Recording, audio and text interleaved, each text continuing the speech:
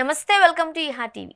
విదేశాలలో స్థిరపడడం, అక్కడ ఉన్నత విద్య, మంచి ఉద్యోగాలు పొందడం అనేవి చాలా మంది భారతీయ యువతకు చిరకాల కలలాంటివే.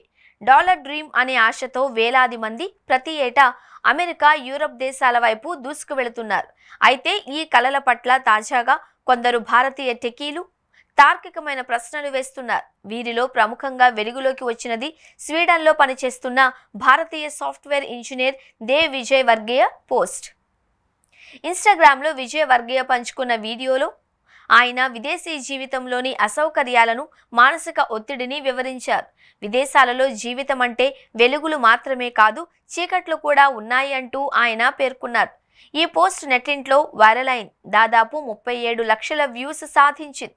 ఇది కేవలం వ్యక్తిగత అనుభవం మాత్రమే కాక వలసవాద జీవితం మీద ఒక సమగ్ర దృష్టిని కలిగించేలా ఉంది. విజయ్ వర్గీయ అభిప్రాయం ప్రకారం విదేశాలలో ఉద్యోగ భద్రత ఎంతో బలహీనంగా ఉంటుంది. ఒక ఉద్యోగం పోతే వీసా నిబంధనల వల్ల వారం రోజుల్లో దేశాన్ని వదిలిపెట్టాల్సిన పరిస్థితి వస్తుంది అని ఆయన వివరించారు. ఏళ్ల తరబడి పనిచేసినా, పన్నులు చెల్లించినా అక్కడి విధానాలలో వలసదారులకు ఎక్కువ గౌరవం లేకపోవడం ఆయనను బాధించింది. వేతనం 30% నుంచి 50% వరకు నేరుగా పన్నులుగా ప్రభుత్వానికి చెల్లించాల్సి వస్తుంది అని చెప్పారు. ఇంటి అద్దె, నిత్యావసరాల ధరలు వంటి భారం కూడా నెల చివరికి పొదుపు చేసే అవకాశాన్ని దాదాపు నశింపచేస్తుంది. కొంతమందికి ఆర్థికంగా స్థిరత రావడానికి సంవత్సరాలు పట్టే అవకాశం ఉంది.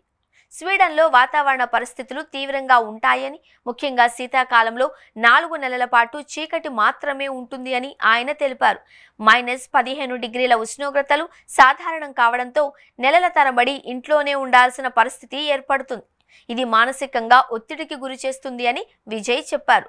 భారతదేశంలో ఉన్న కుటుంబ అనుబంధాలు, స్నేహితుల కలయిక వంటివి విదేశాలలో అనుభవించలేము అని, అక్కడ నువ్వు అవసరం లేకపోతే ఎవరూ ఫోన్ చేయరు అని విజయ్ వేదన వ్యక్తం చేశారు.